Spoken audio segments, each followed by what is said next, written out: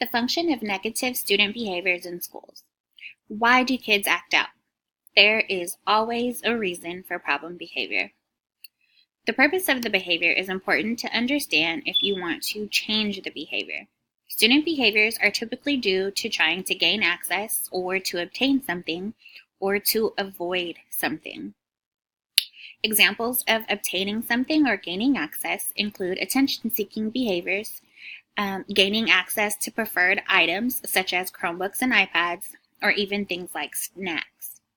When students are engaging in behaviors to avoid something, it can manifest as work refusal, doing something that they know will get them kicked out or sent out of class, or even something as simple as ripping up an assignment.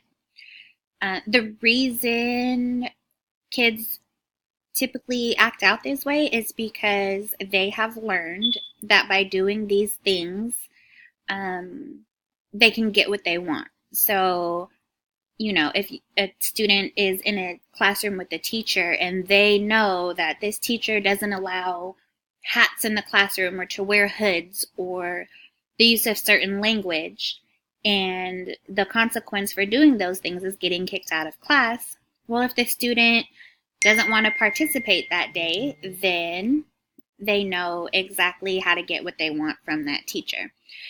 Same with the wide range of students from gen ed to special ed.